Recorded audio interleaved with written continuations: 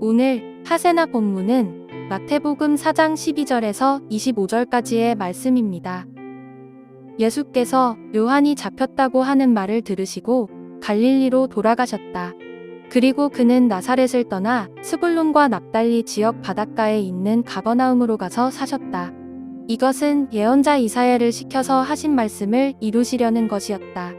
스불론과 납달리 땅, 요단강 건너편 바다로 가는 길목, 이방 사람들의 갈릴리. 어둠에 앉아있는 백성이 큰 빛을 보았고 그늘진 죽음의 땅에 앉은 사람들에게 빛이 빛이었다.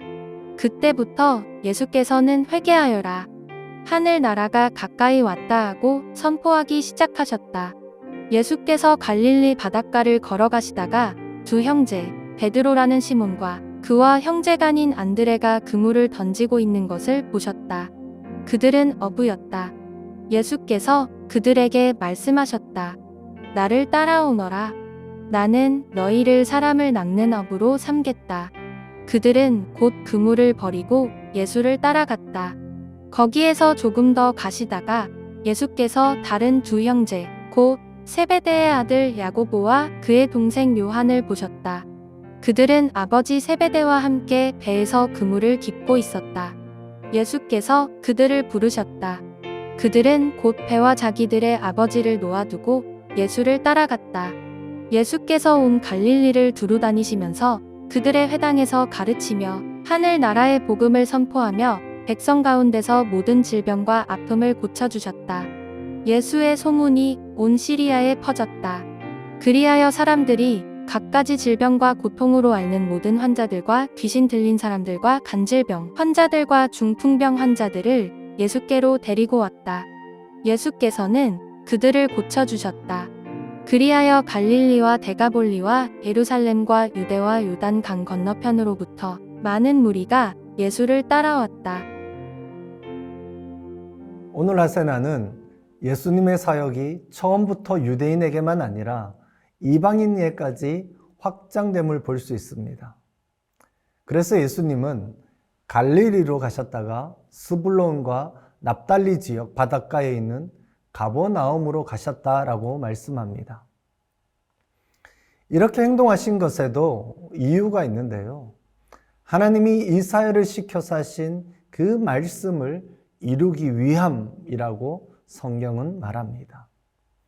이사야 9장 1절에서 2절 말씀을 이루기 위함이라는 것이죠. 스불론과 납달리 땅, 요단강 건너편, 바다로 가는 길목, 이방 사람들의 갈릴리, 어둠에 앉아있는 백성이 큰 빛을 보았고 그늘진 죽음의 땅에 앉은 사람들에게 빛이 빛이었다. 어제도 묵상했지만 예수님의 행동 하나하나에는 그 이유가 분명히 있는 것입니다. 여기서 먼저 이방 사람들의 갈릴리라는 표현에 주목해 보십시오. 갈릴리는 당시 인구가 가장 밀집되어 있는 지역 중에 하나였고 역사가 요세푸스에 따르면 갈릴리 사람들은 개혁을 좋아했고 본성적으로 변화하고자 하는 경향이 있었다라고 말합니다. 이러한 점들은 예수님이 복음 사역을 하기에 최적의 장소가 되었습니다. 또 다른 특징 중에 하나는 주전 2세기 이전 500년 동안 갈릴리는 이방 사람들의 통치 아래 있었으며 헬라어가 사용되고 이방의 관습들과 비유대인들의 영향력이 지배하던 지역이었습니다. 이 갈릴리는 마태복음 21장의 마지막 여행에 이르기까지 예수님의 주 활동 무대가 됩니다. 17절을 보면 이제 예수님의 사역이 시작되는데요. 첫 번째 메시지는 회개하여라, 하늘나라가 가까이 왔다 였습니다. 다른 복음서를 보면 하나님 나라라는 표현을 사용하는데 마태는 하늘나라라는 표현을 사용합니다. 유대인들은 하나님에 대한 경외심과 존경심 때문에 하나님이라는 표현 대신에 하늘이라는 표현을 일반적으로 사용했기 때문에 마태는 하늘나라라고 표현한 것입니다. 그렇게 여기에서 하늘나라가 어떤 장소를 의미한다라고 생각해서는 안 됩니다. 하나님의 백성이 죽은 후에 가는 어떤 장소적인 개념으로 보아서는 안 된다는 것이죠. 예수님은 회개하여라, 그리하면 하나님 나라에 가게 될 것이다 라고 말씀하지 않습니다. 대신에 하나님의 나라가 가까이 왔다라고 말씀하시는 것이죠. 이러한 의미에서 회개하라 라는 메시지는 단지 개인적인 죄를 고백하고 돌이키라 라는 것에 국한되지 않습니다. 당시 이스라엘이 지향하고 있던 싸우고 죽이는 폭력적인 혁명으로 나아가지 말고 평화와 치유의 하나님의 나라로 방향을 전환하는 것을 포함하는 것입니다. 예수님이 전한 하나님의 나라는 하나님이 왕으로 통치하는 나라입니다. 그렇게 하나님의 보내심을 받아 예수님이 이 땅에 오셨을 때에 이미 하나님의 통치가 시작된 것입니다. 이러한 의미에서 하나님의 나라가 가까이 왔다라고 선언하신 것이죠. 그 하나님 나라 운동을 하기 위해 예수님이 먼저 하신 것은 이 운동에 함께할 제자를 부르시는 것이었습니다.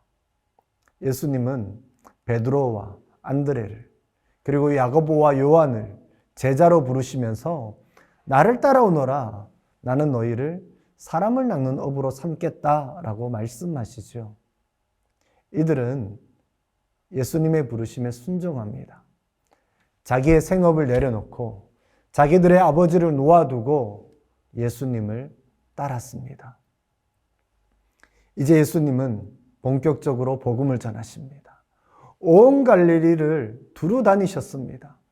회당에서 가르치며 하나님의 나라의 복음을 선포하며 백성 가운데 모든 질병과 아픔을 고쳐주셨습니다. 하나님의 나라, 곧 하나님의 주권적이고 구원하시는 통치가 드디어 예수님을 통해서 이스라엘과 이 세상에 실현되기 시작한 것입니다.